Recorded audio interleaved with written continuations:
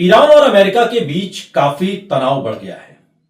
Iran में सरकार के खिलाफ देशव्यापी विरोध प्रदर्शनों में बड़ी संख्या में प्रदर्शनकारियों ने अपनी जान गंवा दी और इसी वजह से अमेरिकी राष्ट्रपति डोनाल्ड ट्रंप ने ईरान पर हमला करने की योजना बना भी ली थी। लेकिन अब अचानक ही ट्रंप के तेवर बदल गए हैं। जो ट्रंप कुछ दिन पहले तक ईरान पर हमला करने की धमकी दे रहे थे, अब उनके तेवर पूरी तरीके से बदल गए हैं। ट्रंप ने सोशल मीडिया पर पोस्ट करते हुए लिखा कि मैं इस बात का सम्मान करता हूं कि ईरान की सरकार ने होने वाली सभी निर्धारित फांसियों को, जिनकी संख्या 800 से ज्यादा है, उन्हें रद्द कर दिया है और इसके लिए धन्यवाद।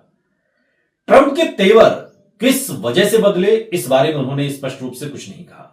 हालांकि कुछ मीडिया रिपोर्ट्स के माने तो डोनाल्ड ट्रंप ने सऊदी अरब, कतर, ओमान और संयुक्त अरब अमीरात जैसे मिडिल ईस्ट देशों से अपने संबंधों को देखते हुए ईरान पर हमला करने के फैसले को रद्द कर दिया।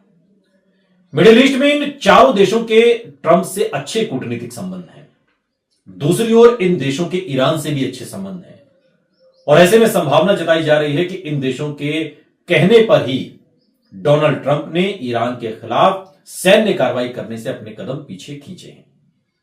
और इस बीच खबर यह भी रही कि इजराइल ने भी न्यूक्लियर टेस्ट किया है और ये हम आपको इसलिए बता रहे हैं क्योंकि नेगवे रेगिस्तान में डिमोना के पास 4.2 तीव्रता का भूकंप आया, जिससे न्यूक्लियर टेस्ट की अफवाहें फैलाई गई और यह इजराइल के गोपनीय न्यूक्लियर सेंटर के निकट हुआ है, जहां ठीक उसी समय स्कूल इमरजेंसी ड्रिल चलाई जा रही थी।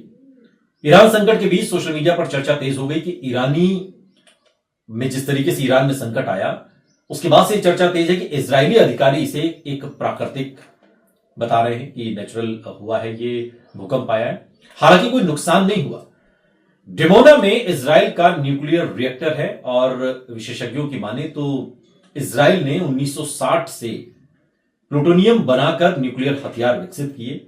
इजराइल कभी एनपीटी में शामिल नहीं हुआ और स्ट्रेटेजिक अगर एम्बिगुइटी नीति को हमेशा ही वो अपनाता रहा और भूकंप की गहराई और समय, जो कि कुछ सेकंड रहा, न्यूक्लियर टेस्ट जैसा लगता है।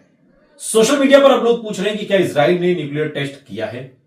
ईरान में खामनेई रेजीम के खिलाफ बड़े विरोध प्रदर्शन भी चल रहे हैं, जिसमें 200 से ज्यादा मौतें हुई हैं।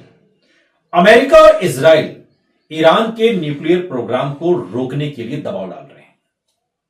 जून 2025 में इजराइल अमेरिका ने ईरान की न्यूक्लियर साइट्स पर हमले किए थे और उसके बाद से लगातार यह बात इसी बात पर केंद्रित है कि ईरान न्यूक्लियर जो परीक्षण है, परमाणु परीक्षण, वो न कर सके और इसको लेकर अमेरिका और इजराइल लगातार उस पर दबाव बना रहे हैं। लेकिन खबरें जिस तरीके से आई, जिसमें बैकफुट पर जाते हुए कहीं ना कहीं डोनाल्ड ट्रंप दिखाई दी, इसमें अपने आप में कई सवाल खड़े होते हैं कि आखिर डोनाल्ड ट्रंप ने यह कदम क्यों उठाया।